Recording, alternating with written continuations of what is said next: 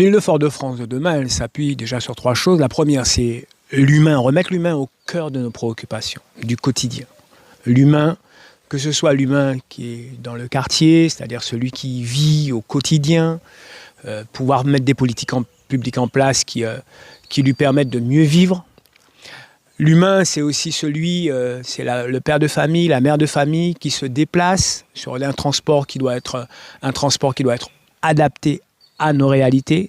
L'humain, c'est aussi celui qui travaille, qui doit être aussi dans de meilleures conditions pour pouvoir travailler. Et je pense aussi au personnel municipal qui doit avoir de meilleures conditions de travail et qui doivent pouvoir s'épanouir dans leur travail.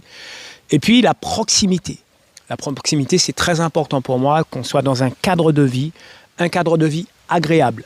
Ça veut dire un cadre de vie propre, ça veut dire un cadre de vie où le service public s'occupe réellement, que ce soit des routes, des voies, mais aussi d'un quartier, qu'on ait des infrastructures aussi qui soient agréables et qui permettent à nos enfants d'aller en toute sérénité pour pouvoir jouer. Et puis troisième chose aussi très importante pour moi, c'est la démocratie du peuple, c'est-à-dire que l'élu doit être en capacité de rencontrer la population, de rencontrer des associations, de rencontrer des chefs d'entreprise pour pouvoir construire des projets utiles à nos quartiers, à nos vies, des projets qui soient des projets à taille humaine, à échelle humaine, pas des projets pharaoniques comme j'ai pu voir là depuis quelques temps, des projets qui durent 20 ans, 30 ans, non, des projets à taille humaine.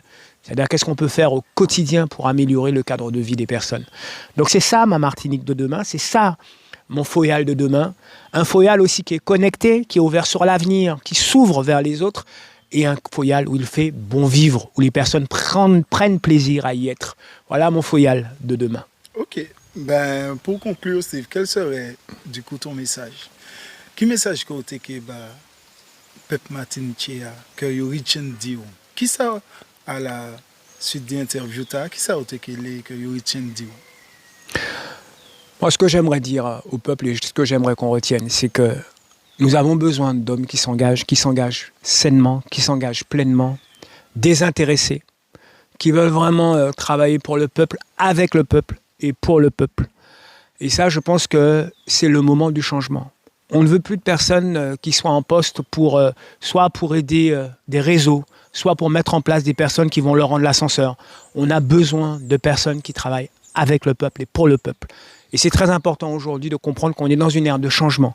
Alors c'est vrai que tout ne se fait pas comme certains pourraient le souhaiter. On ne fait pas d'omelette sans casser des œufs. Ça, il faut en être conscient. Moi, je suis très content de voir qu'il y a des personnes qui prennent les combats,